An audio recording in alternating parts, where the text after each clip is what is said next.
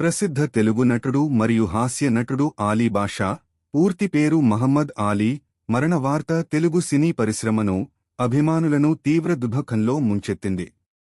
ఆలీ గారు తన ప్రత్యేకమైన హాస్య శైలి, సహజమైన నటన, సమయానికి తగిన టైమింగ్తో 1100కి పైగా సినిమాల్లో నటించి తెలుగు ప్రేక్షకుల హృదయాల్లో చిరస్థాయిగా నిలిచిపోయారు.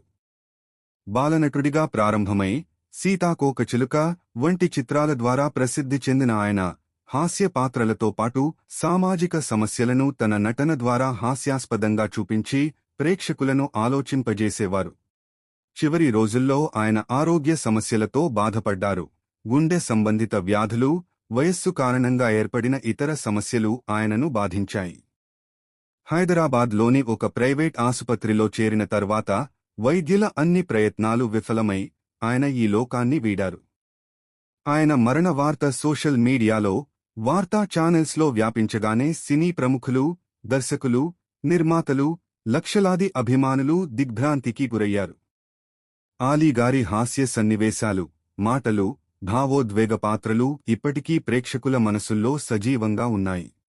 తెలుగు సినిమా, టెలివిజన్, థియేటర్ రంగాలకు ఆయన ఒక బంగారు అధ్యాయాన్ని ముగించారు. ఆయన లేని లోటు ఎప్పుడూ అనుభవిస్తాము.